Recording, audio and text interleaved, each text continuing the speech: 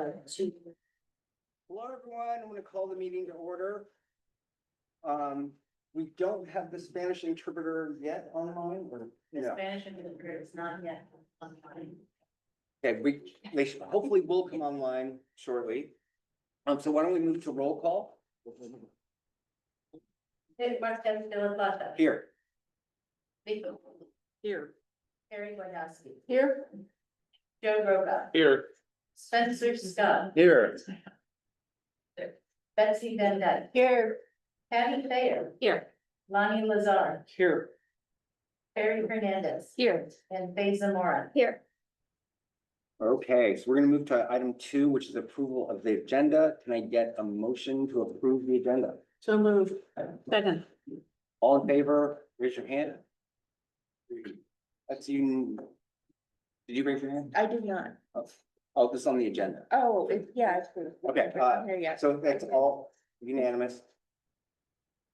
Now, if anyone on council has conflict of interest with anything on the agenda, if you would speak up now, it'd be appreciated. Nobody? Okay. Does riding a bike in West County constitute a conflict? No, Okay. I would say no, and I'm now a lawyer. You were. Yeah. Okay, we're gonna move to the consent agenda, which is the approval of the minutes from our last meeting on June 12th. I move to approve. Do I have a second? Second. Can I get why don't we do a roll call on this one real quick? Okay.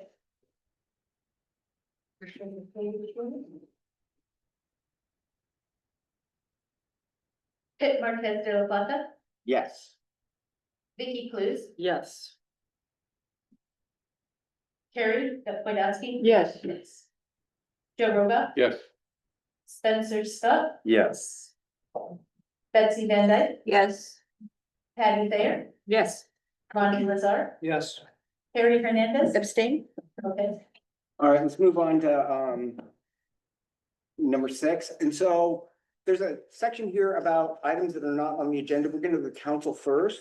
And then we'll go to the public on that. So if you have a comment, make them brief. And just so you know, we can't really go back and forth on those comments because they're not officially on the agenda. And so the information wasn't made public to the comments, so they couldn't show up to hear about your issue. So council member first? I have a Yeah. event coming up. Yep. So on Saturday, the 12th, at the Holly Hill Community Clubhouse, there will be a meeting, lunch and fun meeting with the new Coke group as well as Firewise, for Hollydale Canyon and Terrace. And, they will have first responders there. They'll be giving away, things for go bags. And it's a nice way to meet people in the neighborhood and talk to first responders and see what people are doing.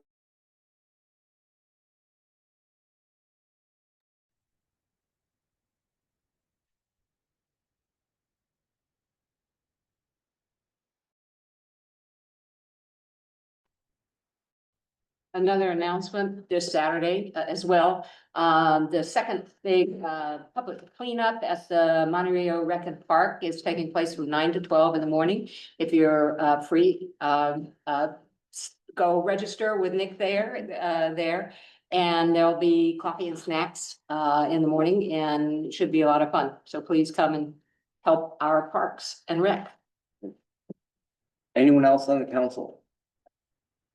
I think as long as we're meeting in Forestville this evening, it's incumbent upon me as a Forestville representative to let everybody know that every Tuesday through the summer, Forestville Farmers Market is happening from 4:30 to 7:30. It's a really wonderful event. There's really good vendors there and food and live music, and I'm actually gonna be playing the live music on August 5th. Ooh. If you're interested, every Tuesday from now until the beginning of September. Great.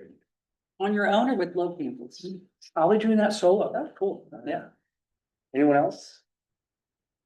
Okay, We're gonna go to 6. Anyone in the audience have a comment you want to make about something that's not on the agenda?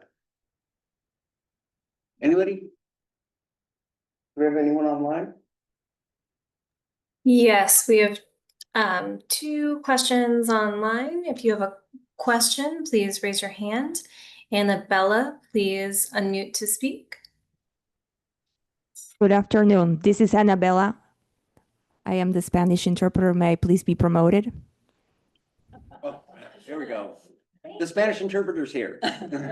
Great, thank you. Maya, please unmute to speak. How are you? This is the second Spanish interpreter. We have been here listening to your fabulous session. We just could not find a way to get a hold of you, so we do apologize. Okay, thank you for being here. Thank you. If I could be promoted as well, please. Anyone else online? I'm from the public. I'm not sure how this forum works, but you called out for in-person. Yeah, if it's a comment that's not on the agenda, if you could up to the podium. Hi there. My name is Forrest Gardens, and I was politically active in the Sacramento area. And since I've moved up here and seen that there's I don't know, some things that could be done for homeless, because I'm homeless myself. What I'm trying to do is get myself integrated into the political body here, because I know that you guys are the movers and the shakers of what happens. So I'd like to introduce myself. I'll leave my contact information on the table. And then if I can contact the folks that represent Kernville afterwards, that would be great. Thank you, guys. Thank you. Anyone else? Nothing online? There are no more hands raised online. Okay, we're gonna move to item 7, county update. Is this you? Well, it could be anybody, you know. I don't know if this is live or should I just talk? Should I just talk? Doesn't appear to be. Sound, Debbie, should I just talk? Oh, Or- yeah, I can Is turn there- it on if. You have to use your stage. Wait, power? Yes. I think I figured it out. Okay, great. Few updates relevant to the Lower Russian River. Just want to remind everyone again, that we are not the Russian River, Rec and Park District. We've gotten a lot of questions about the dam, and the most recent update we have is from July 3rd. Where we heard from the Russian River Rec and Park District that they understand that the community is keenly interested in the status of the Vacation Beach Dam, which we have heard as well.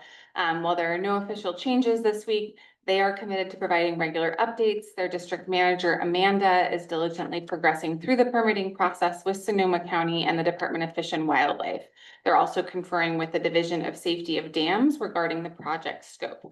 They're hoping that next week, which I think would be this week, they expect to gain further clarity on the potential CEQA, California Environmental Quality Act process, and the specific permits required for various components of the project scope. So as soon as they have a timeline to share, they will make it available.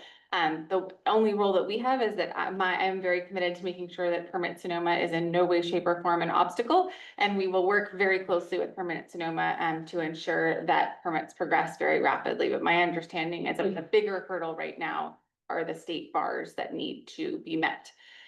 So we do have the roads, functional. That's kind of our side on the county side. And we are, of course, still waiting for the dam to go in. Also want to mention, we continue to hear complaints about airport noise.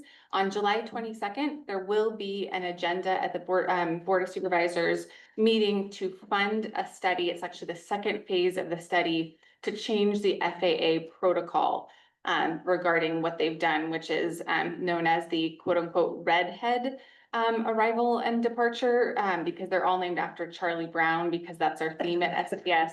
And basically it just puts planes low and loud over Sonoma County or Western Sonoma County in particular. And it's partly because they push us down because they think that the Metro Bay area is more important than us. So they're putting us below those flight patterns.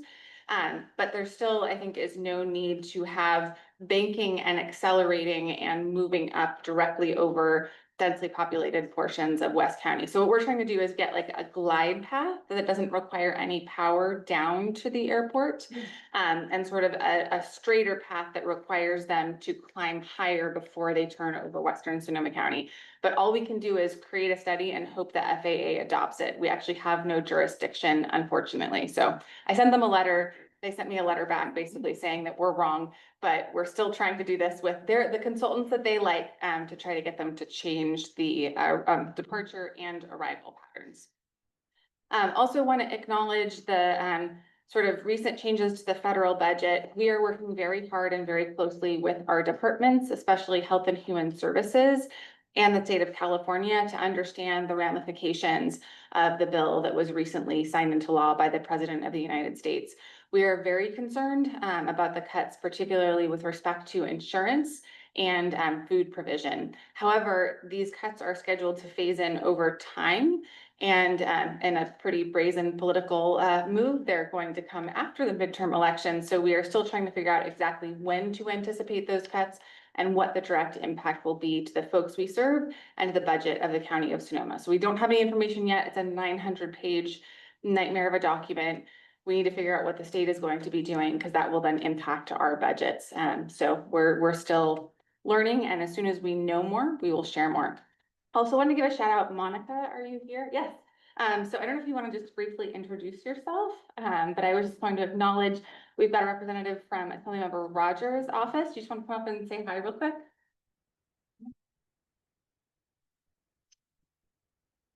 We'll do a county and state update today. Hi, everyone. My name is Monica Berrigan. I'm a field representative for Assemblymember Rogers, and I cover our half of Sonoma County and Mendocino County. This is my first MAC meeting for the Lower Russian River MAC, and so I'm hoping to just be at your monthly meetings and learn as much as the community as possible. Thank you. Thank you for being here. Yeah, thank you so much, Monica. A couple of quick updates. We are, so River Drive, no parking signs are being installed at Mom's Beach access in order to assure that access is open for emergency vehicles as well as trash removal.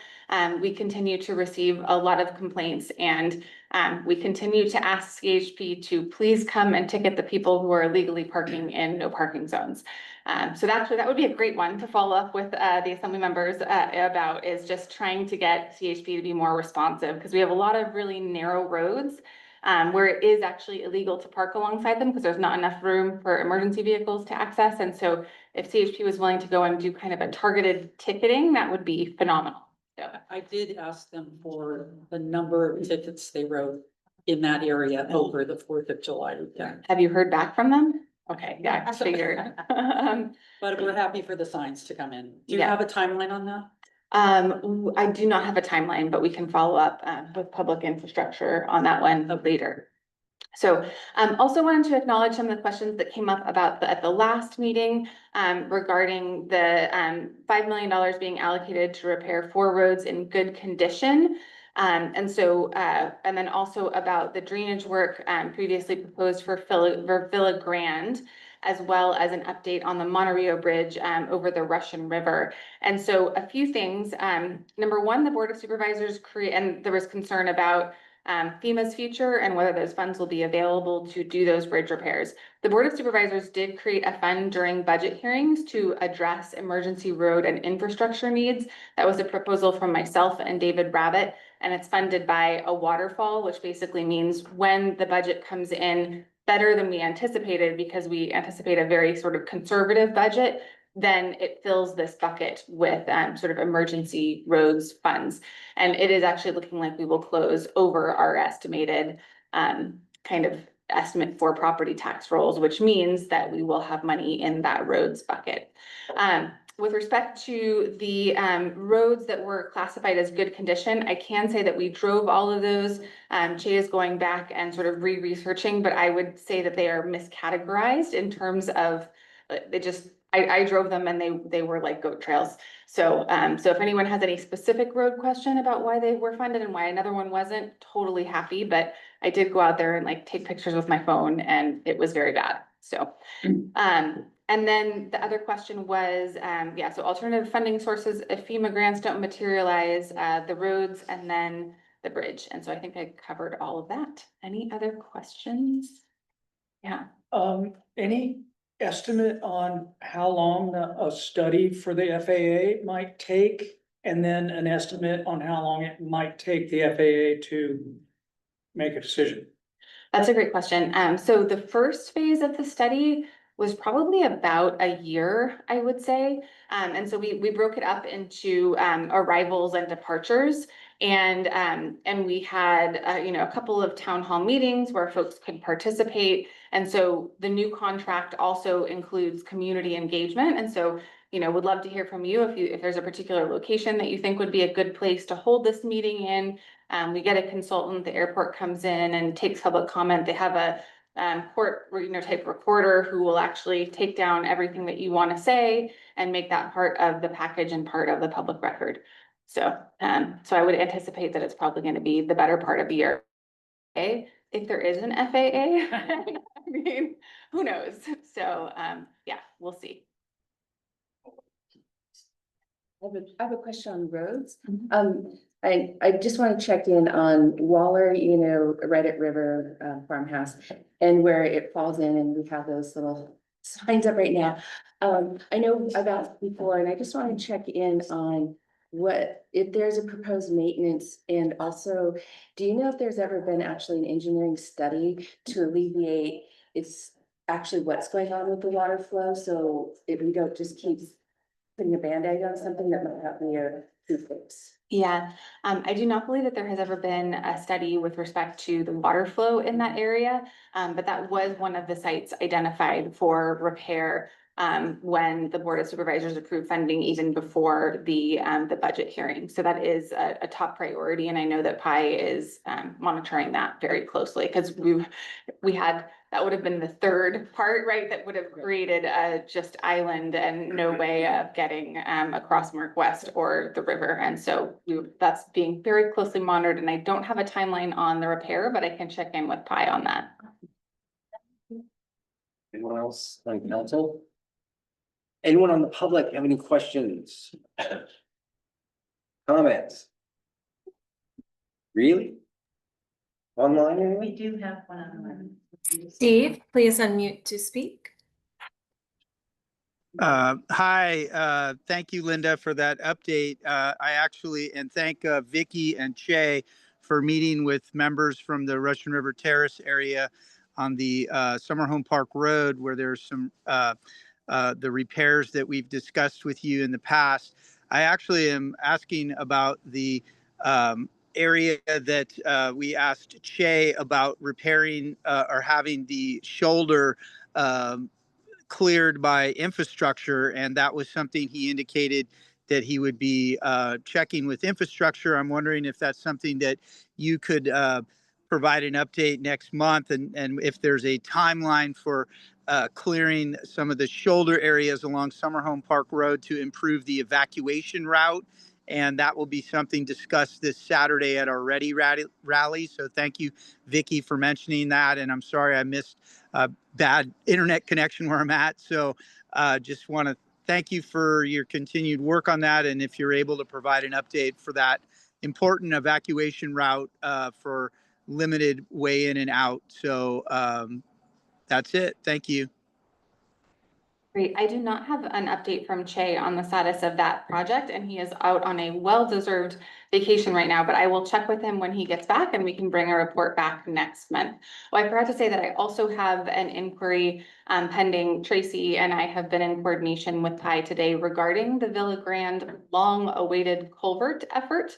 And so we are also asking and trying to get a timeline on that project, which I know we have been waiting on for quite some time. So we'll try to get all of those updates. And Che's continuing to research a little bit more about, the FEMA funding, the status of that, and just double checking all of those roads with respect to the condition of the pavement. Thanks. Do you have anything, Debbie? No? No. Okay, Awesome. thanks. Okay, we're gonna move on to item 8, which is Mirabel. Mirabel Road. I'm a little tired. Okay, it's tongue twister. Hello, everyone. My name's Ken Town. I work for Sonoma County Regional Park as a project manager. Also here with me with other county staff, I have Ogden Command with public infrastructure, who's going to be operating the slides for me, and also have division manager, engineering manager, Nita Duffy. So today I'll provide an update and also the rough schedule of the Mirabel Road corridor improvements as well as the West County Trail extension. Before we start the slides, the way I've structured these slides, the top piece will have English and the bottom piece will have Spanish for those participants who want to see the text in Spanish. So, all right, I'll let you go to the next slide.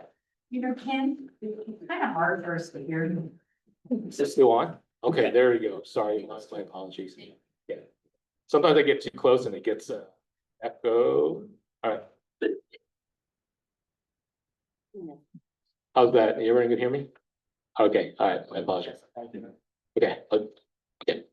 So for this project, I want to kind of go over some of the project goals, why we're doing this project, why we're doing the widening as well as extending the West County Trail. So one of the project goals is to reduce vehicle collisions at the intersection of Davis and Juicy Road. The second goal is to provide emergency turn lane for vehicle breakdowns, emergency vehicles, and also to provide refuge for vehicles to pull off to the shoulder when needed. The third goal is to provide a safe bidirectional pedestrian bicycle access separate from the roadway. And that's what I'm referring to is actually the West County Trail. And I'll actually have slides and I'll show you what I'm referring to. Next slide, Ogden. All right, the next goal is also to reduce bicycle and pedestrian use. Actually, you can go back to the previous one. Yeah, and also to reduce bicycle and pedestrian use on the road. So ideally what we don't want the pedestrian or the bicycle to be on the road. We actually want to be off the road, first at least provide a shoulder for them to use. And again, I'll provide some slides to illustrate that. And the last goal is to provide connectivity to the existing West County Trail in Forestville, and actually which connects all the way down to Drayton, Sebastopol, and Santa Rosa. Right, I'll go to the next slide. So the next couple of slides, I'll go over the improvements and provide a summary. So the project improvements includes widening Mirabel Road, the shoulders to accommodate between 5 to 7 feet wide bike lanes on the west and east side of Mirabel Road. So we're talking about bike lanes on both the west and east side for the entire length of the River Road corridor, starting at 116 all the way down to River Road. So you're looking at roughly about 1.3 miles length. These road shoulders will also have dual purpose. You may have heard me say this before. So what I mean by dual purpose, in addition to providing a pathway for bicyclists to use, the shoulder will also serve as an emergency lane. And what I mean by that is that, for instance, let's say a fire truck is coming through there and the emergency, they need to travel down there, provides a shoulder for a car to just pull over just enough to allow the emergency vehicle to pass. Now, in some areas, you already along Mirabel Road, there's some areas, there's shoulders, we have the width. In some areas, you know, we don't, and we have a ditch. So either you're gonna pull over, you don't have room, or you're gonna be ending up in the ditch. Next slide. All right, so the left turn lanes, as I mentioned, is for traffic safety. So the left-hand turn lanes will be located for northbound and southbound direction at the intersection of Juicy Road and Davis Road. So that's the only location that will have a left-hand turn lane at the intersection. Now, the next project includes the extension of the West County Trail down to where we connect at 116 down to Davis Road.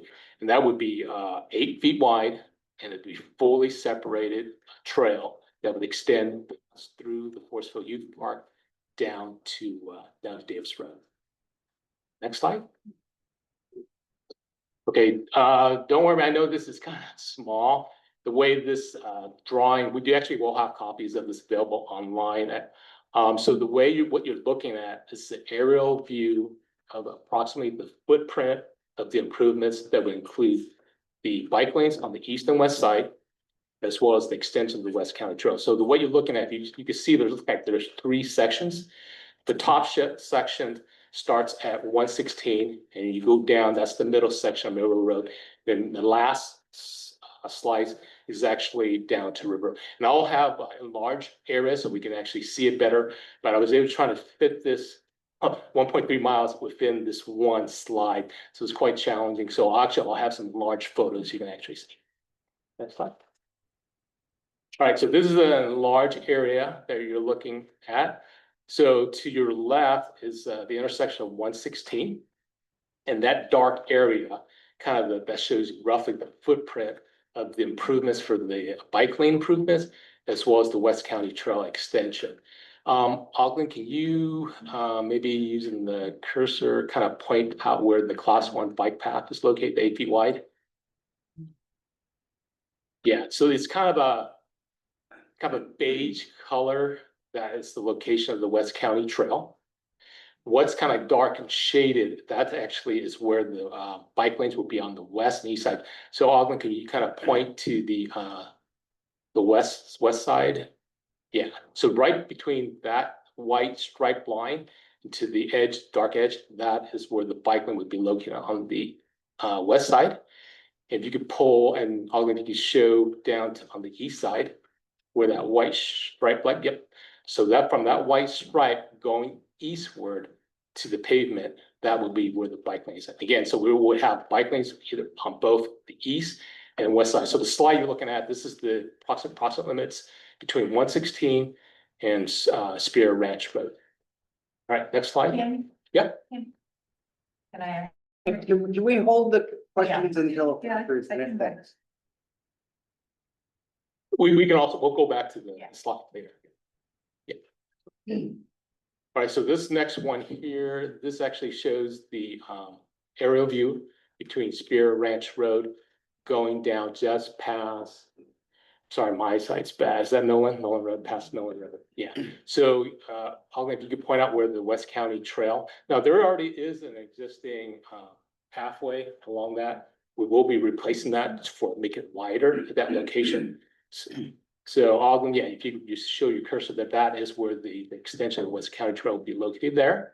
And again, for this slide, you can also see where the striping is and where you have the east and west side, the bike lanes on either side. And again, the shoulders will provide use for the bicyclists, but also provides shoulders for vehicles to pull over to serve as an emergency lane. Okay, and next slide, Ogden. So this is a kind of a general profile that shows you what the improvements will look like. So the travel lanes at this location, this is a kind of a profile or a cut view between 116 and Davis Road. So here you actually see on the right, you see the multi-use path, which is the extension of the West County Trail. And here we're looking at it winding up. Like the existing path is about 4. You're looking at about getting it up to roughly 8 feet wide. So a multi-use path will allow bi-directional use for bicyclists and pedestrians. So for instance, experienced bicyclists want to provide right in the bike lane versus you have other folks that are not that comfortable right in the bike lane next to a vehicle have the opportunity to use that separated pathway on the east side. So looking to your left here, you have it shows the bike lanes here. You have the 5 to 7 feet bike lanes, and the travel lanes here is showing 12 feet wide. So the vehicle travel width is staying the same. We're not increasing the width of the travel lanes. They're staying 12 feet wide. But I'll show you on the later slide when we get down to Juicy, because of the left-hand turn pocket, we do reduce the width of the lane from 12 to 11 feet. But the total is 38 feet wide without the multi-use path. How wide is it now? the existing public road right away, Yeah. it varies. It varies. How long do you remember it? Yeah. I don't know. Yeah, because it's not a true full continuous width all the way down. Right. Because the parcel lines, they kind of jog in and out, yeah. But if you're interested in that information, we can definitely look for information. But this kind of gives you kind of a general profile showing where you have the bike lanes and also the multi-use path. But there's this road, we don't have enough, there's constraints, we have some constraints there, and you're not gonna be able to provide that continuous path, multi-use pathway further down. And I'll have a different profile and I'll show you what that looks like. Next slide, Alvin. Okay, so here, this is the plan view between Nolan and showing you where it actually crosses the Forestville Youth Park driveway. So I'm sure folks are interested in what kind of treatment. So where the class 1 bike path, where it crosses over the driveway. That vehicle driveway that serves the Forest Youth Park will stay in place. We're gonna use it as kind of a shared use driveway where most of the time you don't really have, other than, you know, when you have special events. I know about the special event. And, you know, vehicles come through there, they drive through there to pick up the food, and that will continue to happen. For us, is that during that non-time, when that's non-event, bicyclists and pedestrians can continue down Davis Road using that driveway as the shared use driveway. We've already presented this idea, this concept. We did meet with the Forestville Youth Park Board of Directors. I think it was about a month ago or so. All right, next slide, Ogden. All right, so this is where it gets to the left-hand turn pocket. So in this slide, this is where we get to the intersection of Juicy and Davis Road. So in order to provide a northbound and southbound turn pockets, we have to do some winding at this particular location. At the same time, in order to go back to that previous slide. Yeah, in order to maintain that lane, we're actually proposing to, at that intersection, reducing it down to 11-foot lanes, travel lanes, as well as 11, the turn pocket will also be 11 feet wide at that location. Now, being with the roadway shift and the widening, that location will require some retaining walls to minimize the impact within the public right of way. And if you see that on the bottom right, this retaining wall, that little symbol with a line and kind of a diamond, that is the proposed location for that retaining wall. Slide.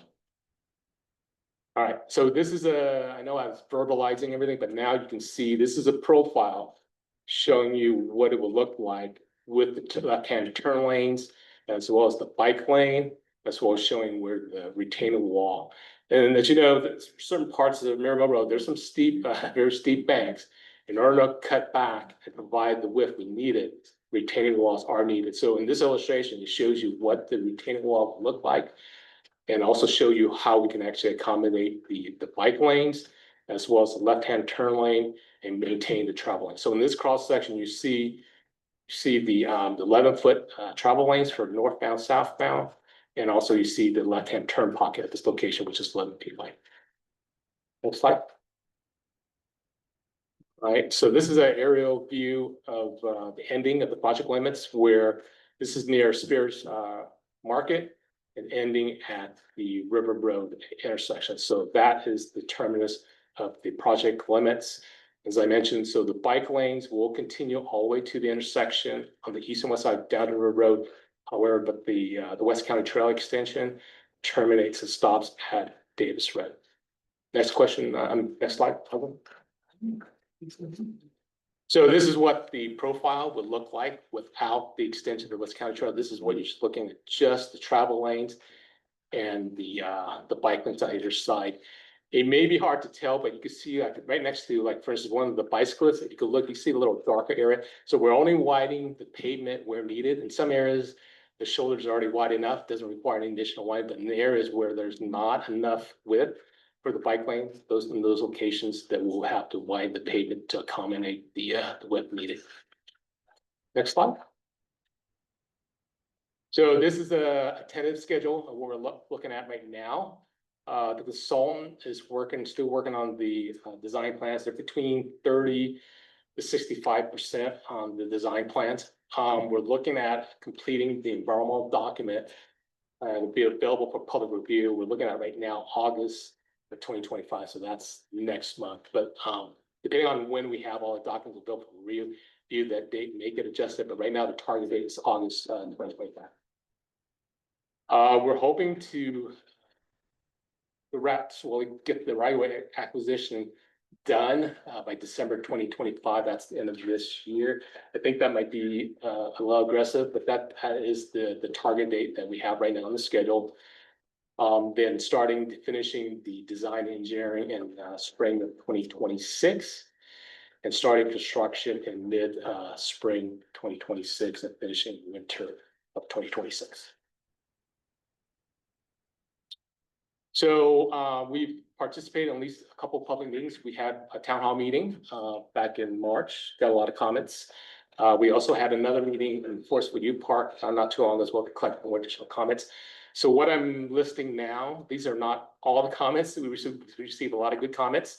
But what I'm displaying on the slide here is just to kind of show you what are some of the general comments that we receive. Issues with vehicle speed and the use of large truck traffic on Millville Road. We also got requests for adding pedestrian crosswalks on Millville Road to access the Forest Youth Park as well as the school. We also have received requests about looking at the existing drainages and culverts, possibly doing some improvements. We also had requests about asking about the utility pole location. So I do have a update on that. I'll link up the information from PG&E.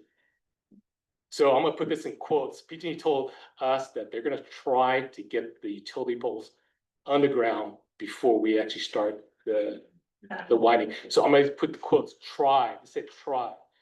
So with that understanding, we hope they would get it done before we start the, because ideally that's how it works. Do that phase first, then the winding.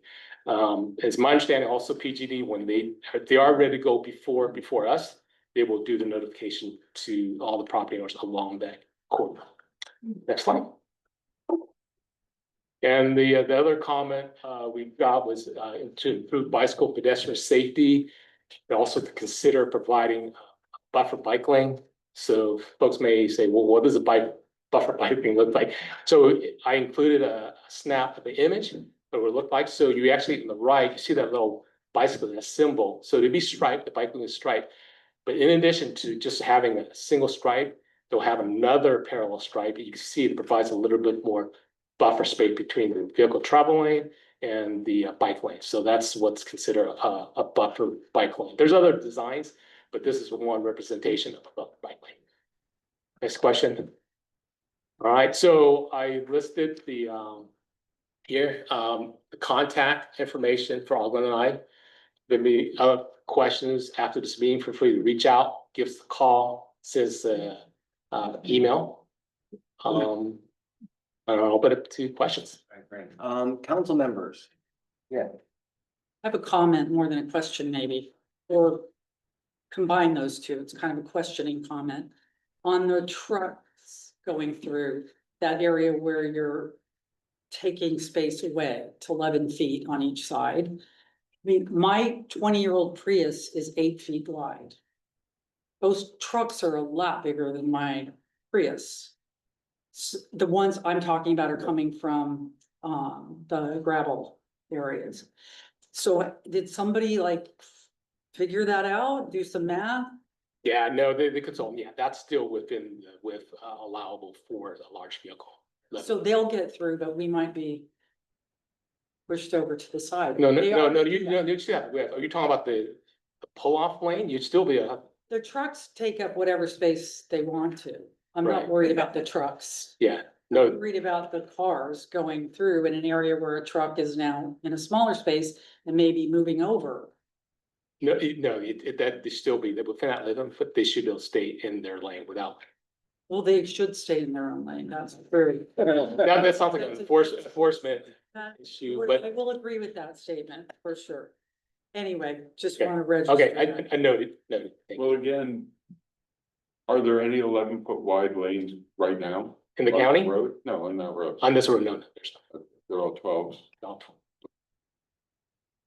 I'm looking forward to this. I live in Mirabel Heights, so you're right in my neighborhood with part of this project. So I have a couple questions. The first is at the Trenton intersection right at Spears. I'm looking at your diagram and trying to decipher out what that is. Could you please provide a little bit of clarity about what's going to do that? Are you changing anything to the ramp that goes up part into Mirabel Heights? No, as far as I'm understanding, no, there's no changes. Just what you see there, it just shows you where they're gonna need to do some freshen up the paint, do restriping for the stop stencils. Yeah, okay, because I know you have a hillside on kind of the east side of the road there. I'm just wondering, how that was looking, and that's a pretty dicey intersection because it's not aligned. And so I was just wanting to make sure that, and I'm all for adding this, but like, you know, that I'm just wanting a little clarity of how that's been taken into account when we have offset crossings at that intersection.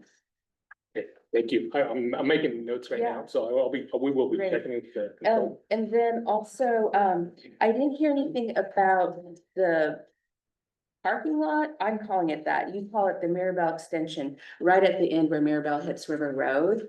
And I'm wondering, is any part of that project addressing that at all? No.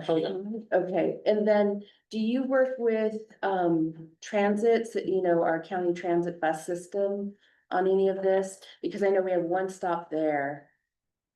And this was just wishful thinking, that's probably not applicable, but I'm gonna say it anyway, that the transit stop on River Road is really dangerous, and it'd be lovely if it could be moved across so people don't have to cross River Road to get to that one transit stop. Where's that? Transit stops on River Road on the north side of River Road, directly where Mirabelle almost directly comes into Mirabelle intersects River, and so. Send me an email. I'm in contact with Sonoma County. I actually, we're working with them, looking at the bus stops on this corridor. So send me Okay. your contact information, then I will follow up with you. Will do. One last question, I think, is there, because of this project, has there been any conversation about re-rating the road for speed? Re-rating the road for speed. Just asking. I'm gonna look at Augment, or do we? I don't think there is. We've had a conversation around that. Okay, just something to consider as you're looking at this project. Thank you. Thank you. I'm interested, I'm just curious as to whether PG&E has a breakground date on this, because it looks like you may be pushing your dates forward, because that's a big project. It is, and hopefully us pushing it forward, maybe encourage PG&E to move theirs before us. But yeah, PG&E hasn't given us a firm date, and again, I can put in quotes. 8 months. Yeah, I know, but the schedule I provided is a tentative schedule. And if things could happen, things get pushed back. So at least giving you a date that we're working towards. Okay. Yeah. Thanks. Has a decision been made on whether to go with a buffered bike lane or straight up lane? Yeah, no decision has been made on that. Any thoughts on that? I prefer a buffered lane as a cyclist myself, but. Agreed. Yeah. His question was, has there a decision been made for a buffered bike lane? And the response is no, we have not. And his comment was that he prefers, as a bicyclist, prefers to have a buffer. Yeah. I mean, I could deal with a smaller bike lane if there's a buffer. And just to follow up on what Carrie said, if you're increasing bike and pedestrian activity on that road and not thinking about the speed, I think that's probably a mistake. I get tailgated all the time on that road when I'm going 45 because of the traffic wanting to just race down that road. And especially if you're considering a pedestrian crosswalk, 45 miles an hour should not be the speed limit on that road in my view. Yeah, no, so let me clarify. So it was a request from the community to ask us to look into providing crosswalks. Currently, the crosswalk's not identified within the project scope, but there was a request from the community, so that's something we're evaluating. It was more than one crosswalk location. I think there's multiple. I think there's like between 2 and 3 locations. Dan, do you refresh my memory, Dan? How many? Yeah, how many? Well, from me, I requested one at Juicy and Dave. Yeah, that one, but there's also, yeah. Okay. Spears. Spears. There's already I one. think the other one was at West Side Center, but I think that was actually. Yeah.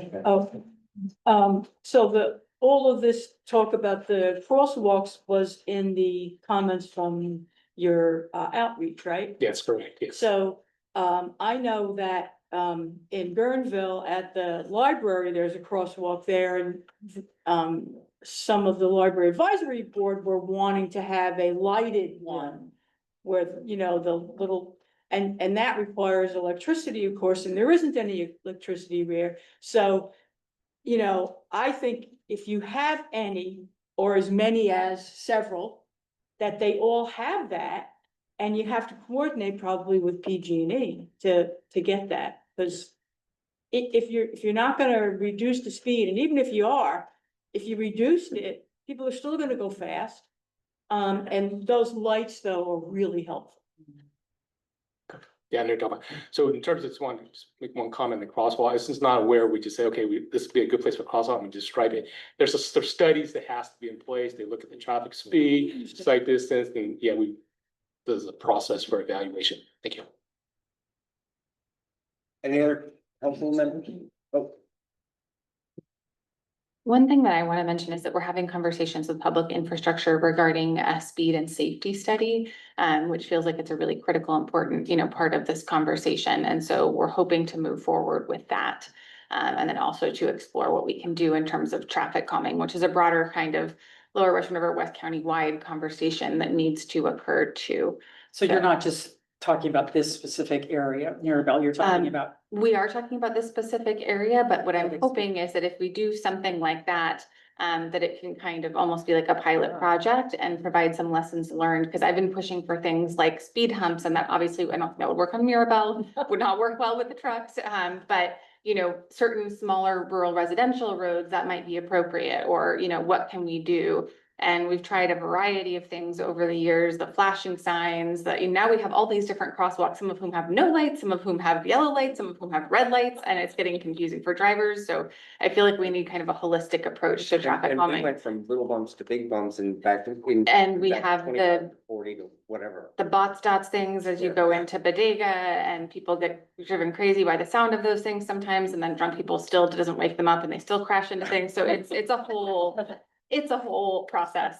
But it's I really think that having a speed and safety study here, and then looking at lessons learned for broader West County would be really important. So we're working on that. Yeah. Great, thank you. I would just also second the buffer between the bike lane and the car lane. I think one of the things that slows cars down the most is perceived narrowness of a road. And having the buffer between the bike lane and the road would naturally slow people down to have like a physical barrier that they're worried about running into, even if it's even those like plastic own things. Oh, you're talking about the delineators. The only problem with the delineators, then that would discourage folks. If they need to pull over, they're gonna be, boom, boom, boom, you know, hitting those. Totally, I see what you're saying. You might want to give them a reason to Yeah. knock them over, but yeah. Yeah, I get why you're thinking about allowing cars to pull over as well. So Yeah. that's tough. But yeah, I agree with you. The striping would probably give you more visual cue. Yeah. Anyone in the audience have questions or comments? Would you mind coming up? No, I would mind. Anyway, I'll stand up. Can everybody hear me? It's the camera. Ken, I just want to know, can you go back to the turn lanes, you Yeah. know, Yep, we can do that. I just want to know how far. I can't say. You're okay there. I'll show you on here. Where's the turn lane actually start to go up Davis and start to go up Juicy, wherever? I did probably point. Yeah. How many feet back does that lane start? Is it like the one going? So here we're going northbound, so we have to be flared. So it starts right here, it starts flaring out. Like down there. How far down, is that How down below, distance? is that down below my property or? No, you're. What about it? Here. Yeah, so where does the turn lane start? Down here. Yeah, so I'm it's on the half. field. It's down at the end of my property. Okay, I was just curious. And up by the youth park, where does it start? So we have a slide on that one. Yeah, Yes. right. So here, this is the northbound direction for the left-hand turn lane. So it starts down here. It's actually near the frontage. This is the Forest Youth Park here. So this is the frontage here. This is up here, you see here. Here, that's their driveway that it goes in, you know, that we do the annual. Right, yeah. Keep driving down. So it's right near the front So it's there. quite a large area, I mean, long stretch. Yeah. Right, the reason they start early, so it allows the vehicle to decelerate, to get into that pocket, decelerate and wait in queue, when safe, then you make your move. And the other comment I'd like to make is you have a that intersection down at Spears and Trenton and going up is a nightmare. Yeah. And it always has been. Yeah. For as long as I've been here. And you don't want to know, you already know how long I've been here. Thank you. Sure, but I noted your comment, Janet. Anyone else in the audience have, yeah, Is this public comment, right, in general on this item? on this item, On this yeah, item, yeah. Thanks. I'm Emily. I'm from the Sonoma County Bicycle Coalition. So thank you for the presentation. Very exciting to see this moving forward. I just had a couple of questions and concerns to raise. I mean, the Bicycle Coalition definitely has concerns about the speed and the number of vehicles on Mirabel. I know a lot of local riders tend to stay away from the road, so we realize the project is to improve the road for cyclists, which is great. And I'm very glad to hear there's consideration of buffered lanes. I appreciate the comment about buffered lanes as a traffic calming measure. I think we agree with that. You know, what the Bicycle Coalition would advocate for really are protected bike lanes, which I know you just talked about briefly. So this would be the buffered bike lane with vertical separation from vehicle traffic. And I think this is especially important on the stretch of road, the stretch of Mirabel where there's no class 1 path. So this is where bikes really are on the road with cars. And, you know, it's really critical to provide as much separation from cars and bikes as possible.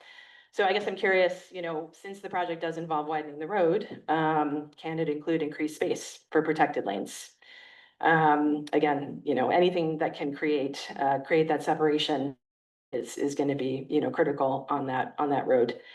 I also just wanted to flag a couple of design questions. You know, first of all, how do you navigate? How do bikes navigate from the class 1 path to the bike lanes and vice versa? It seems like there's going to have to be some crossings there for folks who want to get from one side to the other.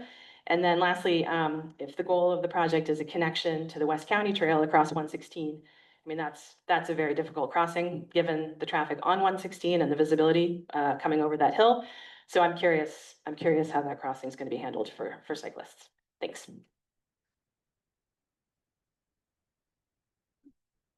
So for the crossing at 116 and Mirabel, as a separate design, we actually, Park Department and Public Infrastructure are involved in reviewing that and make sure there's a smooth transition from the existing terminus right now in the downtown Forestville area to connect, transition to continue on Mirabel Road.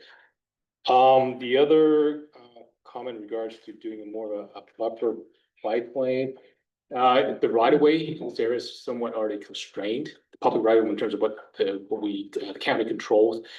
Adding more room would require definitely winding out more. It probably requires land acquisition as part of the project. And so far right now, we're doing our very, very best to work within the public right of way within the what the county controls. With that said, there are still some areas where we do need to do some acquisition. We've already been in contact with the Forest Youth Park already. We've been talking about right of way acquisition as well as a public access easement. We'll be paying them for that as well. Then the couple other questions Emily brought up, I'll have to kind of check in with the design consultant on that. Anyone else in the audience? Yep, go ahead. Dan Northern Forestville. Excuse me, can you stand and it's more for the people online so they can Where do you want hear me? you just in front of this camera or up for you. Camera? We want to make sure that people that are online can hear the question and So. understand the answer. Stand up. Do you follow the Caltrans standards for road design in this project? Yes. So I believe that for a class 2 bike lane, you can't have speeds over 45 and you can't have heavy truck traffic volumes over 250 trips per day. So I'm wondering if that traffic study's been done or not. Traffic report's been done, but I know we have bike elsewhere with the speed that actually exceeds. According to Caltrans, a class 2 bike lane, you can't do that. Me, But I'm not an expert. Class 2 bike lanes in, travel lanes that are greater than 25 miles an hour or with heavy truck. Heavy truck being large truck, volume. I think it's 250 trips per day. I'm just wondering if the study when done in the film. I can answer the question like later. So I'm sorry, but I really, I want to be conscious that we have people that are trying to listen online, and if they're not in front of this thing, they're not gonna hear. So for the class 2 bike lane, according to Caltrans, so if you go above either 40, I think it's 40 miles per hour. Well, okay, 45. The bike lane needs to be at least 6 to 7 or more feet wide. So the truck traffic, I don't know about that part. I'm sure there was a studies, if there was a study, it's probably been a while, so I don't know. I mean, I know this project's been around for, what, 10 years? So it's been. I think the issue that you've heard numerous times is that people drive faster than 45. Yes. So 45 is the cutoff for a class 2 bike lane of this type. I'm not talking about the separated bike lane, the class 1 to class 2. So we still have a speeding problem where vehicles are going over the posted speed limit. And then the bike lane technically isn't wide enough for the speeds. And I just want to make that clear. Thank you. I have another question if I can. Yeah, sorry, well, it's up to the chair. Can I ask another question if I stand here? Oh, that's you, your 2 minutes are up right now. Okay. So sorry. Anyone else in the audience? Yeah. Back there. Come on down.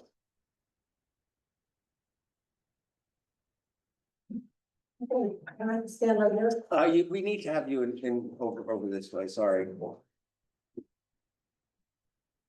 That's fine. Okay.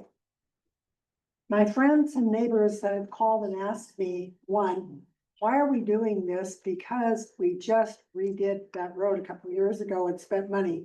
Number two, how much is this going to cost the taxpayer dollar? Those are the ones that people are calling me and screaming at me about.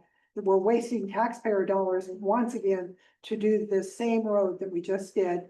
And number three is down at the very end, there's houses that are practically on the road now. So everybody wants to know, what are you gonna do about those? And what about the ones that were built not too long ago on this side? I mean, these people are concerned about what's gonna happen with the noise and the traffic and people stealing stuff, I don't know. Anyway, those are things that people have called and asked me to ask, so I'm Right. asking you. Thank you. Well, do you want to take the? I can take the funding question. And actually, I would say that this is your taxpayer dollars that have not actually ever been invested in West County, finally getting invested in West County. The original roads measure, the funding plan for West County was written by Supervisor Mike Riley. Amazing human being, very, very sad that we lost him a few years ago. But it included things like the roundabout in downtown Forestville and the bypass that turned out to be not feasible and also not well supported by the community. So we did not move forward with any major infrastructure projects in West County, aside from regional parks did take advantage of some of those dollars for some trails, mostly sort of out along the coastal areas. And so when the measure was reauthorized by the voters just 2-3 years ago, how many? I don't know, just recently, we actually opened it up to be more flexible, and we actually worked very hard to try to take those unpopular projects, even with the first measure, and put them into something that would actually be feasible. And so this is the project that really came out of that. And so it came directly from community feedback about not wanting to do the bypass, not wanting to have a roundabout in downtown Forestville. But we hear a lot of concerns about folks who are like, I live in Forestville and I can't safely walk or bike from downtown to the youth park, or from the youth park to Spears, or over to the high school. And so that is what this is designed to do. It is also designed to connect the West County Trail, which runs from Sebastopol, to Grayton to Forestville, ultimately we want to actually have that connect all the way to Jenner. And so that sort of lower section, this will actually get us to kind of a starting point for the lower Russian River section of that trail. Is that a fair assessment, Ken? Okay, great. Anyone else have in the audience here? Oh, yeah, go ahead. Thank you. What sparked my interest was the mention of Caltrans safety procedures on this particular road. I would imagine in contrast to the county's procedure, safety procedure. And so I just want to kind of highlight that because what my understanding is of the sheriff's office and their ability to remove homeless from underneath bridges, they're not using the Caltrans safety measure, which would include having people come out that are non-badged to remove them and then have CHP come in and do it. So how does the body decide what is considered appropriate as far as safety measures that are implemented by the state and safety measures that are implemented by the county? So if we've got different jurisdictions and different bodies using different safety measures from different other agencies, what is the uniformity in that, and how do I get myself connected to, I guess? Thank you. Thank you.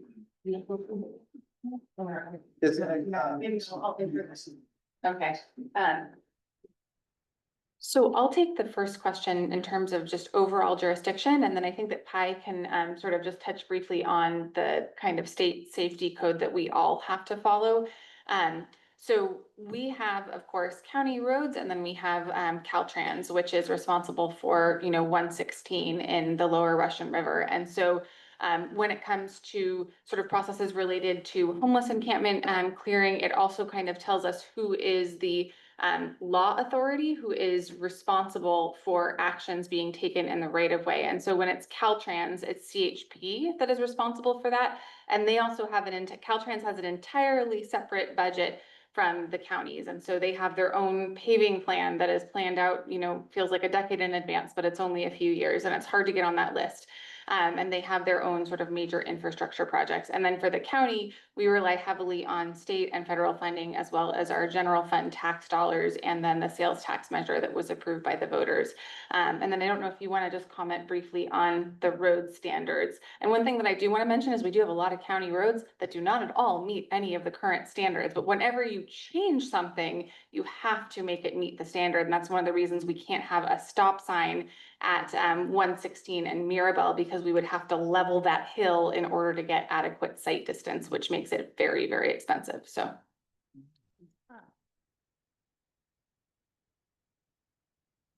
Good evening, guys. Okay, as far as the traffic standards, we use the MUTCD. France used to have their own, then they adopted the MUTCD, which is the state of California. So we use that one.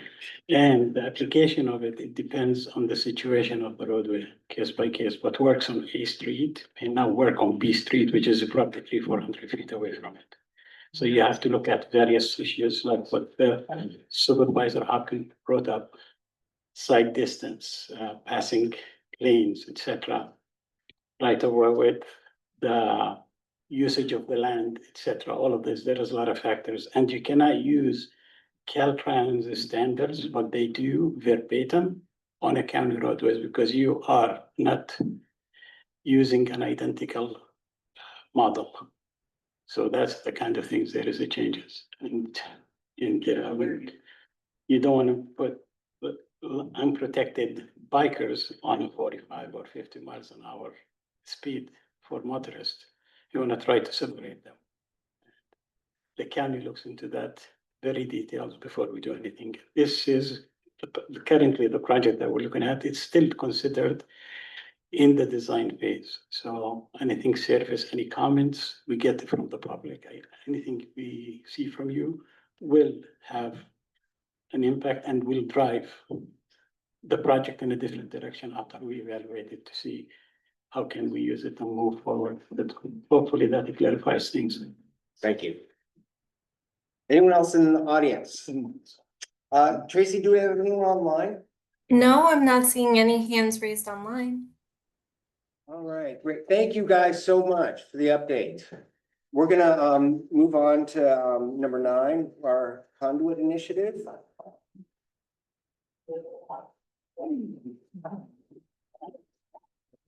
How's it going? go set up real quick.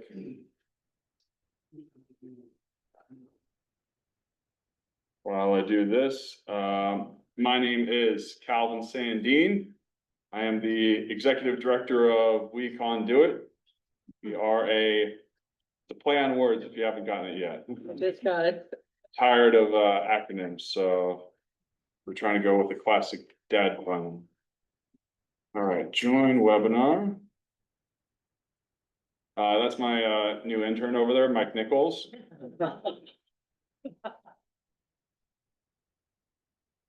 And while I get this set up, I'll just keep going. Who I am, born and raised in West Sonoma County.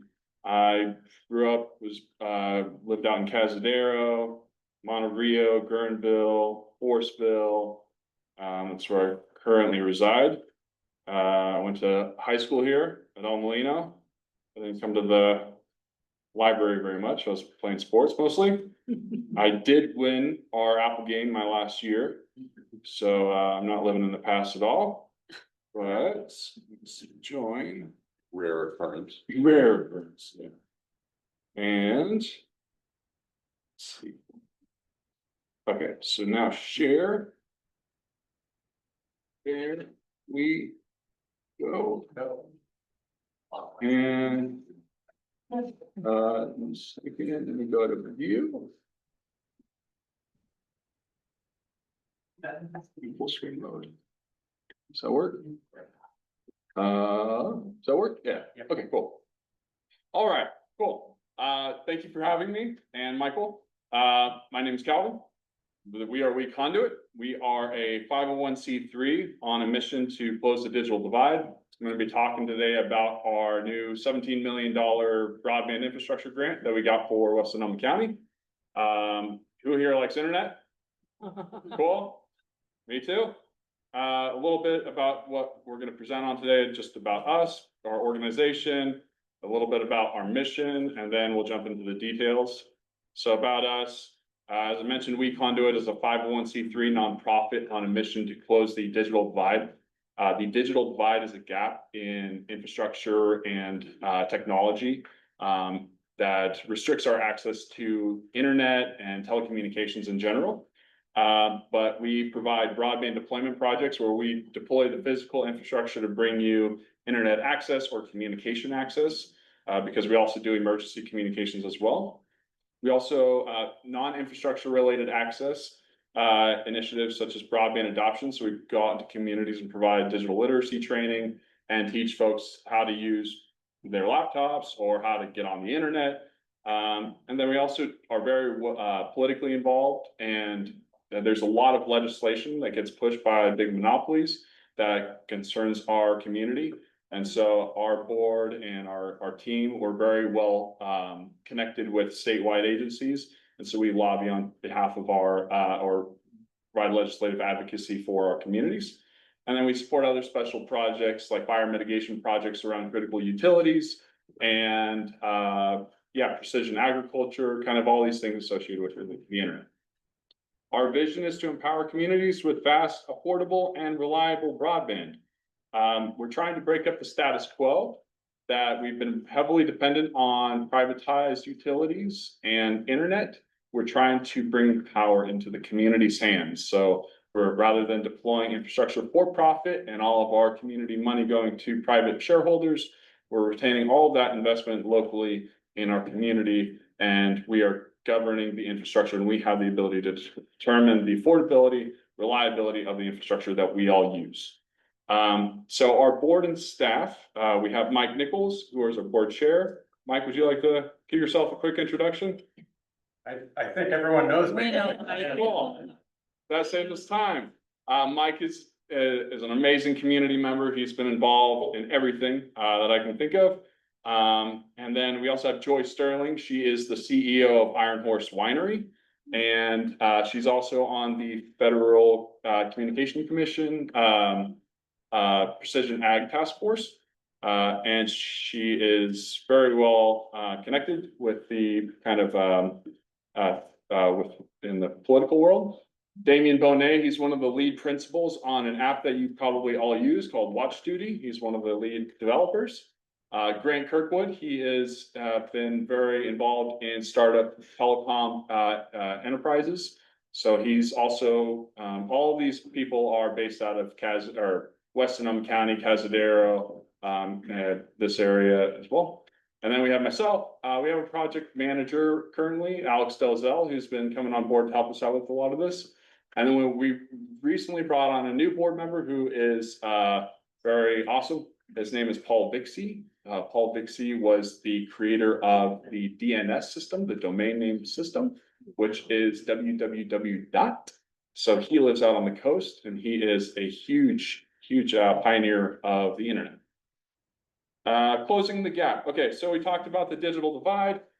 There are 3 components to the digital divide: availability. You may not have access to the infrastructure. That's what we're trying to bring to you. Adoption, the technology, everything non-infrastructure related, the technology and the digital literacy, and the affordability. Some people just cannot afford the internet or get access to all this stuff.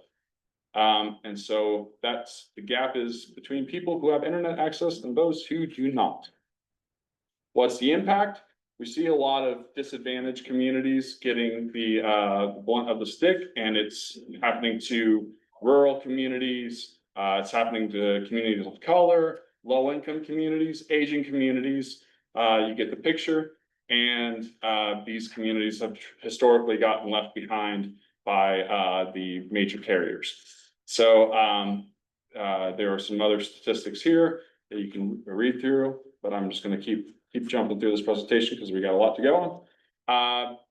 So part of our project is we're deploying a fiber optic internet network, which is all being wired from Bay Area data centers located in Fremont data centers, which gets us to the greater internet, and it connects us all the way here. So there's a wire going to be going all the way from the coast through West County all the way to Fremont. And that is going to be fiber fast, and it can transmit light at or internet at the light of speed. There's nothing faster. So part of that network, our network, is the California Middle Mile Network. And they're deploying fiber optics all along state highways throughout California. And that gets communities like ours access to the internet. It's areas where we don't have existing infrastructure, so they're helping to connect us. And then after that, we branch off into our own to serve the households, which is called the Last Mile Network. But this after COVID, there was a lot of money going towards the internet because we were all working remote. They realized how important the internet was for remote work and everybody sheltering in place. So they invested billions of dollars from the state surplus to build out this network, and also to organizations like ours to help bring the connectivity to the end user. So we're partnering with a bunch of different organizations of the state, but this middle mile network that we're looking at working in joint building with is going along Highway 116. Part of it is going to be aerial going through Forestville, kind of on the back end, going about food for thought. And then we're trying to go underground along Pocket Canyon because it's a heavily forested area, has a lot of threats. And so we want to make sure this network is resilient and safe during storms so we don't have any outages. And also a lot of the infrastructure is aerial infrastructure is antiquated. So it's almost more cost efficient for us to go underground. And then that also helps reduce our long-term operating costs for maintenance and having it underground and protected. Expected completion, we're looking, this middle mile network is set to complete by the end of December 2026. So our grant award, we were awarded $17 million to expand broadband in West Sonoma County. And it was awarded to us by the California Public Utilities Commission. We are partnering with a company called Gigabit Now, WeConduit is going to be the network owner. So the community governed nonprofit is going to be the network owner. So we own the infrastructure. Then there's a network operator, so it's all just glass material. Then there's someone that lights up the network and turns it on, flips a switch. And then we have internet service providers that are providing the service on top of that. So we're trying to make it open access Traditionally, we rely on a single provider access model where it's like just AT&T, just Comcast, just Sonic going to your house and nobody else. It's one line, one provider. But with an open access network, it's been implemented worldwide, is that you have one line going to your house, but it's non-exclusive and anybody can ride on that. So you have Internet A, Internet B, Internet C, all available to you. And when you have options to your house, that increases competition and affordability and increases the quality of the service. But it also gives access to smaller companies that may not have the capital to expand their market, such as like mom and pop internet companies that are here, and allows them to compete with the big guys. And we have a contractor that's building this network. It's Canon Companies. Gigabit Now and Canon Companies built the entire Sea Ranch Connect network. It's all fiber to all of the homes in the Sea Ranch Association. Everybody loves their internet. It's really good. So they have a lot of experience. So we're not concerned with pulling this project off. We have 100% faith with working with them and with our community. Locations. So we have a project in Forestville and Sonoma Coast, but really they're connected. We're connecting them for redundancy purposes. So we're going to have an infrastructure going all the way from Fremont to pretty much Cruz Ranch Road, which is like way far out there. And it's about over 100 miles of physical network that we're putting in. And that includes the drop to the home. We're serving over 800 locations in the community, but it's actually providing more than that with option to subscribe to passing by locations.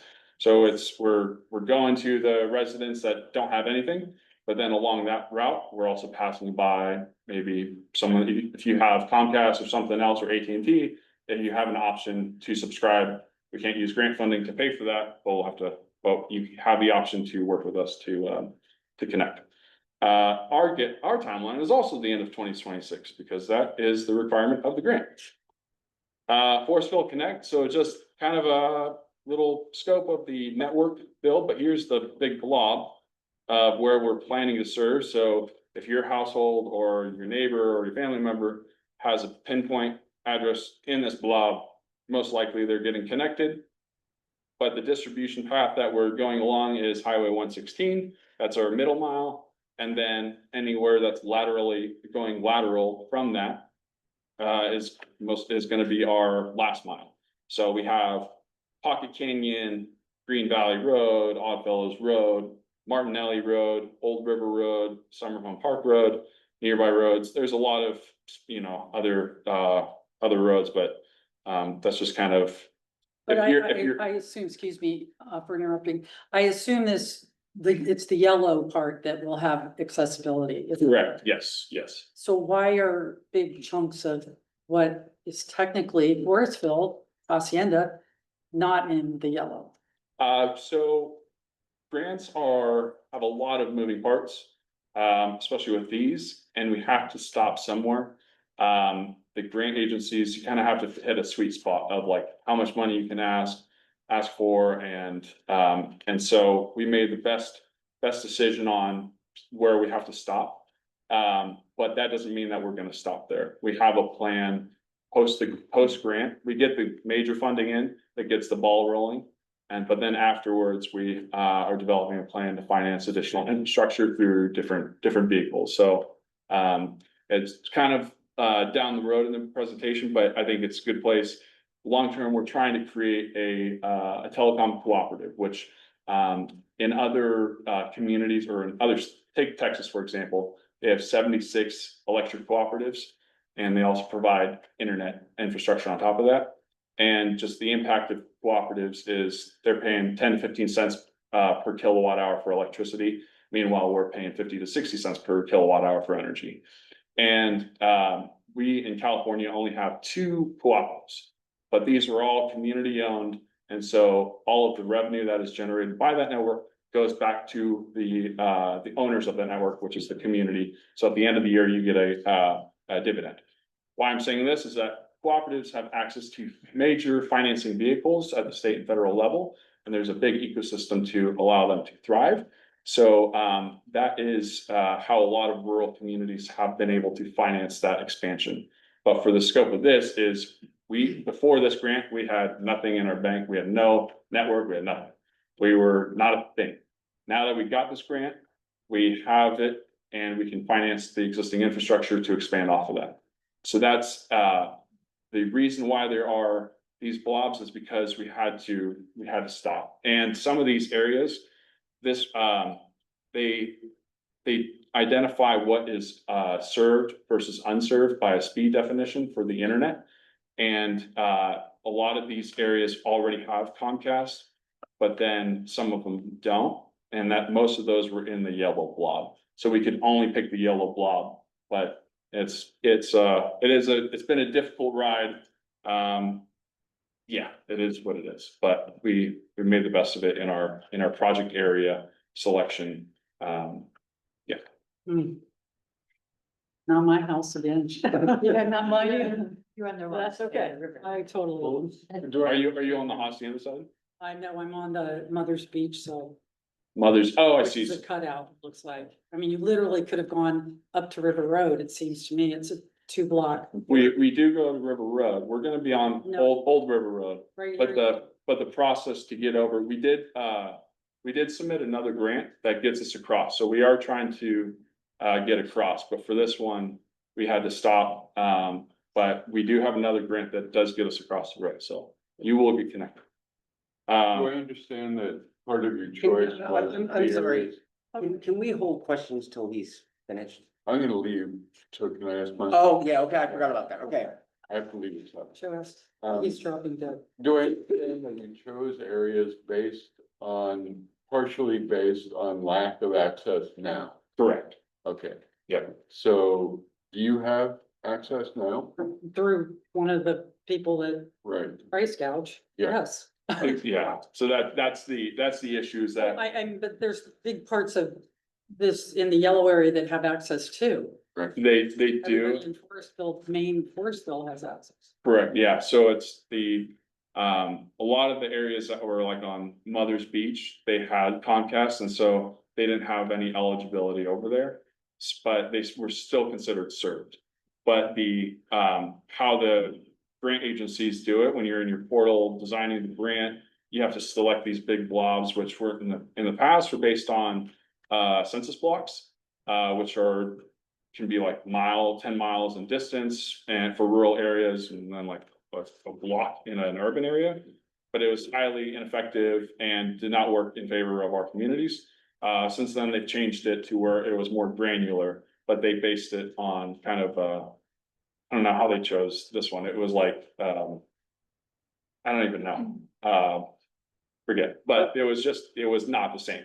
So it was more granular, but it did not allow us to get over to certain areas that had Comcast or existing providers. But some areas do have Comcast in here, but Comcast may stop short of serving a certain community.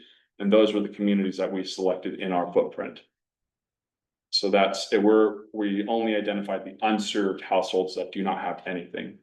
You can keep going. Okay. So Sonoma Coast Connect, this is our next project. But we have a distribution hub out on the coast at the Caltrans maintenance yard that we're designing. And that is going to create us additional redundancy to reach from the coast to to the Forestville area. I'm not going to cover this too much because we're focused on Forestville, but just to let you know that that's where the network goes. It provides us additional network redundancy and reliability. Here's the pricing of our service offerings. Right now this is what we are basing off of. We have some assumptions that are being made. We don't have all the information available yet. How the internet works is kind of like, you think of like a water pipe, how much water you have available, how big is your pipe. We are still working with the state middle mile network to figure out that pricing and what options are available. So, but for right now, what we came up with was we can offer at 100 megs symmetrical for $50 per month, 500 megs symmetrical, $75 per month, gigabit speed for $100 per month, and 100 symmetrical for $15 a month for low income. voice, service, if you want voice, we got, nationwide voice for $30 per month. And then for businesses, 500 megabits per second symmetrical for 150, gigabit for 200, and nationwide calling for 35. Our expectations with this is the starting point. We want to increase our performance however we can. So as the community governing it, we want to make sure that we're not going price up or speed up, price up. We're trying to do it so that we go speed up, price down, wherever possible. And as we have more information on how big of that pipe we're getting from the middle mile network, then we'll probably make a change to this in your favor. But that's just where we are now.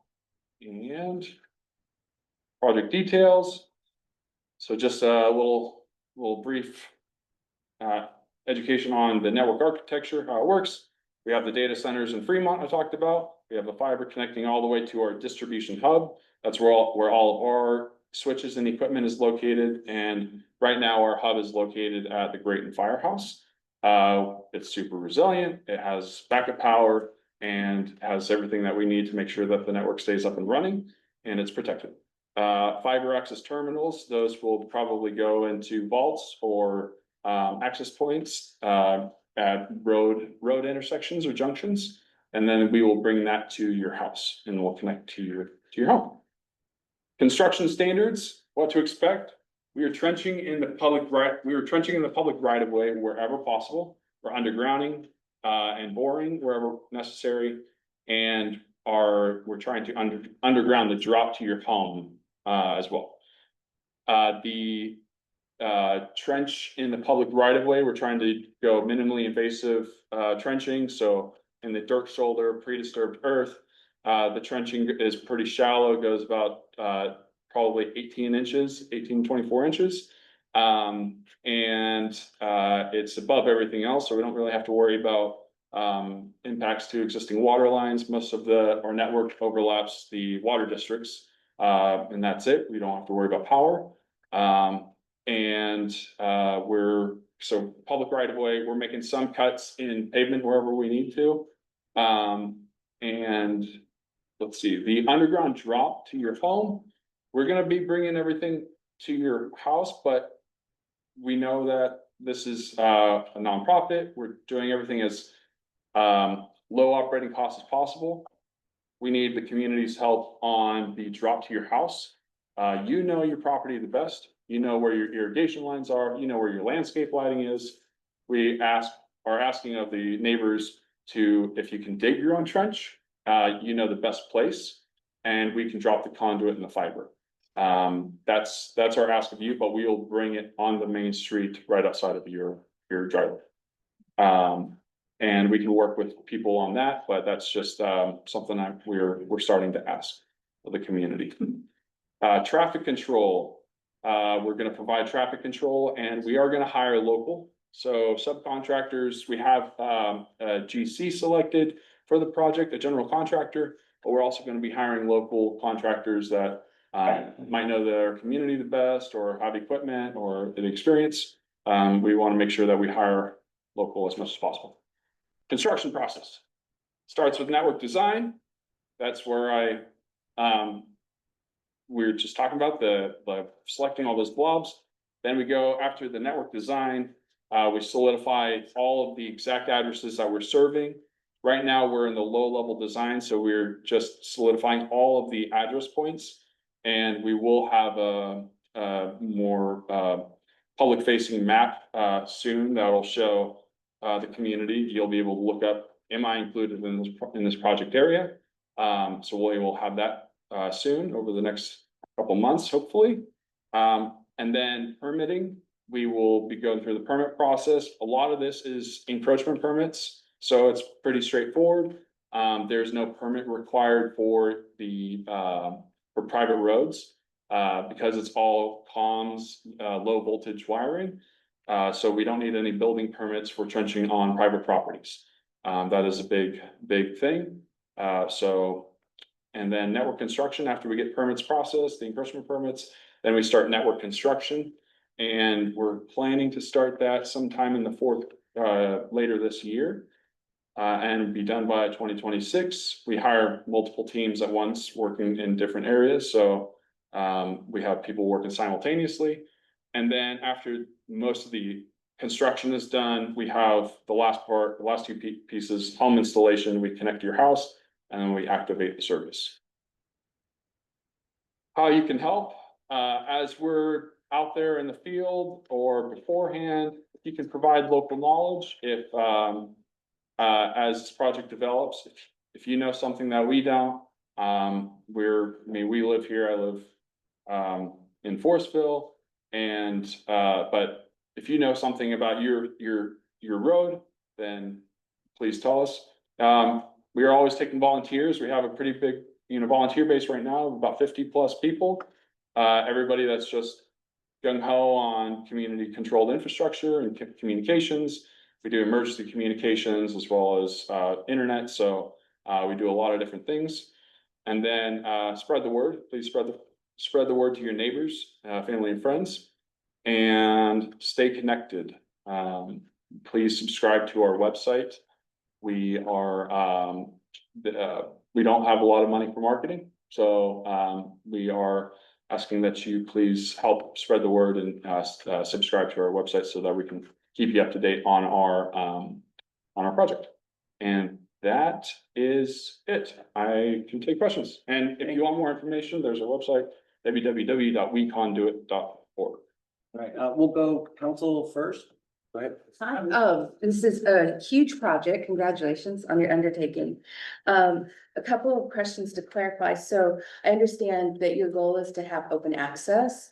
But then also, are you gonna be also acting as an ISP? I said you're gonna handle the infrastructure. I get you're laying all the fiber. Correct. But then you're gonna work with a third party under your kind of business, or how's the ISP working? Yeah, so there's actually 4 pieces to an open access network. Yeah. There is the network owner, so that's We Conduit, and then there is the network operator, which is Gigabit Now. They operate the C-Ranch network. Yeah. And then there are the internet service providers, and then there's the end user, which is you, that's using the internet. The ISPs, we generally the larger incumbent providers, Comcast, AT&T, they don't want to participate on the open access networks.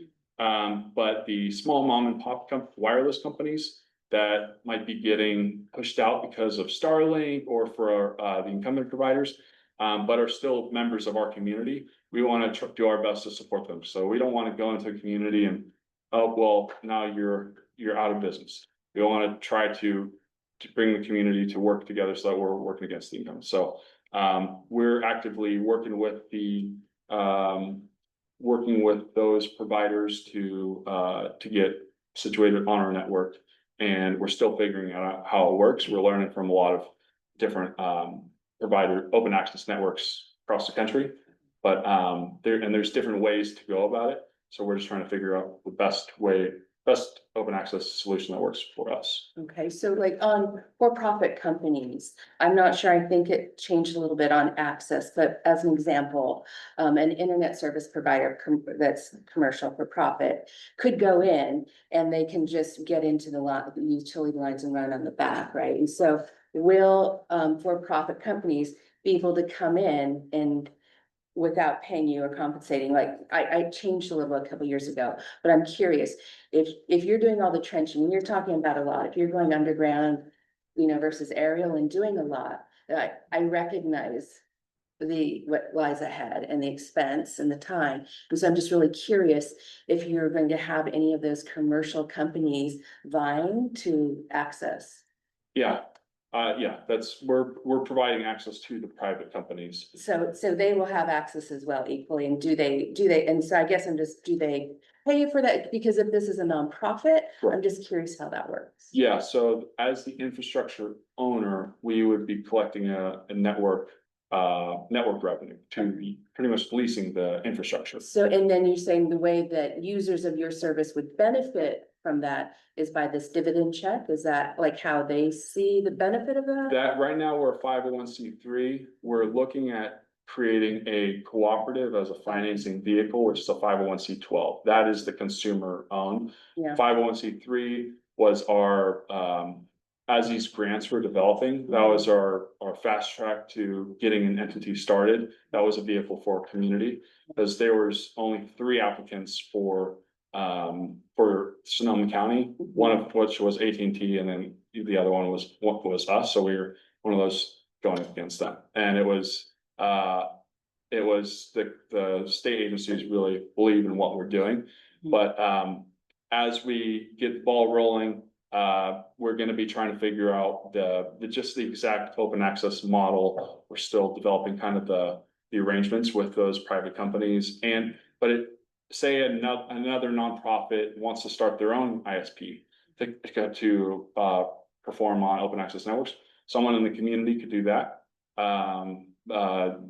And so, yeah, there's a bunch of different ways. It's just, and it could be not internet related. It could be, maybe we, down the road, we figure out other ways to use the fiber optics for something else, like they use fiber for scientific research or like seismic activity to detect earthquakes. Like there's so many different ways that people can use this beyond internet. So we're still learning all of that, but So yeah. it has multi-use on there, and when you're saying, the last bit, I was curious about, that if you're bringing in service near a household, I mean, obviously businesses are your moneymaker. I don't know if you're, to connect to, but individual households are very expensive to connect to, right? And so I think you're saying to mitigate that, you're looking for people to potentially trench for themselves out to the road. And so I'm just curious, you will be underground, won't be aerial, you'll be under, it just, how long will it take? So if I live in one of these yellow areas, which I don't, but if I did, what am I looking at? It seems like a lot of logistics to hold on to. Wait, we're aerial there, we can't drop a line to you, or, oh, we're gonna trench. And I'm just curious if, I know that's a future part, but it's part of it's related to what you're saying is one of your solutions. Right, yeah. So we are working with the communities, like each one individually. So we're presenting at HOAs, we're presenting within micro communities, and we're really doing all of the on-site field visits. Okay. So it's not just like on a computer desktop, boom, we're gonna, because a lot of these areas will have 1 mile, 2 mile long driveways, and but are we gonna be spending a third of the grant to serve one household, or are we going to try to work with the neighbor to, maybe share that responsibility? And it's really just our way of saying the community's coming together. We had to be conservative in our pricing and our grant to compete. And yeah, so it's kind of where we're going with it. But it is, the aerial versus underground, that's gonna be dependent on our field visits in each community. Right now, we're just based on what we've seen, it's a lot of the aerial infrastructure is antiquated, but in some communities, PG&E has replaced with those big, new poles that are sturdy and will last for a long time. But areas that like out on the coast, definitely seeing some of that are not up to speed, or so we just have to. It eliminates fire hazard too. And fire hazard, exactly, yeah. Anyone else on the council have any questions? No, public, anyone in the audience here? Questions, comments? Tracy, do we have anyone online? No one online. All right, thank you so much for showing up. It's a great project. Thanks, Mike. Mike has been waiting for this for decades. I know. We've heard about it for decades. It's finally getting it. So, all right, thank you, everybody online. Great. All right, we're gonna move on to our last item, which is the community engagement for district formation. How do you wanna? Go ahead. Oh, I'm sorry. No, that's fine. So you have a report that was handed out to you. This is basically a reflection of the call that we had with the consultants. It was Carrie, Betsy, Patty, and I who were on the ad hoc. And I will say that in this report, I would do some wordsmithing. I don't think it entirely reflects some of what we said, and the one thing I want to make really clear is that first sentence that says, there was general agreement that a one-size-fits-all approach may not be, will not be appropriate for our lower Russian River Valley. Region. The one thing I want to caveat this with is we know that this just went out Yes, so you may last night or have it today, so you guys haven't really had a chance to read it. Right. Nor has the public, it wasn't in our packet, so we're gonna refrain from talking about this document so much itself. But I just want people to know that Yeah, there are things that we would change about this. yeah, So, and we can talk about it next meeting, thank you. when they have a chance to read it. That's right, we will, it's a ongoing process. Yeah. We're gonna have more Yes. meetings. This is just the start, and stay tuned. What I'd like to point out to, which I think is relevant to give everyone time to consider before another discussion, is if you look at the very last item, and it's clarifying the MAC's role. And how would the MAC like to be involved? Because that did seem to come up as a really important issue when we were meeting, because there was, is there a reason we shouldn't be involved because some of the solutions that were offered, right, a conflict of interest. And so I think as a whole, if everyone thinks on that, that would be useful. So when we come back together, we'll have a sense of like, where are we on this, right? As far as what kind of active role can we take in this? Anyone have any questions or comments? And we will bring this topic back up, when everyone has a chance to go through it. I don't have a comment on this, but I do want 10 seconds before you hit the gavel. Yeah, okay, okay. Is it now? No, go ahead. I just neglected for Saturday's community work at Monterey. I forgot to say where we're meeting from 9 to 12. Creekside. Yes, so we are gathering at 9 at the Creekside Park, and hope to see people there. Thank you. Debbie? And I just wanted to introduce the District 5 summer interns. We have Samilia Lander and Aziza Greer. And they will be with us through August and into September, depending when they go back to school.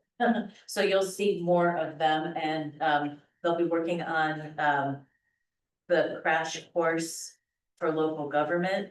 And also perhaps the math video that the Springs does. So they are both skilled with video production. So those are two of the projects that they'll work on. And I just want to say, thank you for stepping up and doing this. Yeah. Government is, Too complicated and there's lots of pieces and we need people to learn. That's awesome. And we need young people. Yes. To learn. So thank you. Too many of us old people are doing. And with that, we are adjourned. Debbie, thank you for, thank you for this. I don't know. Yes. So,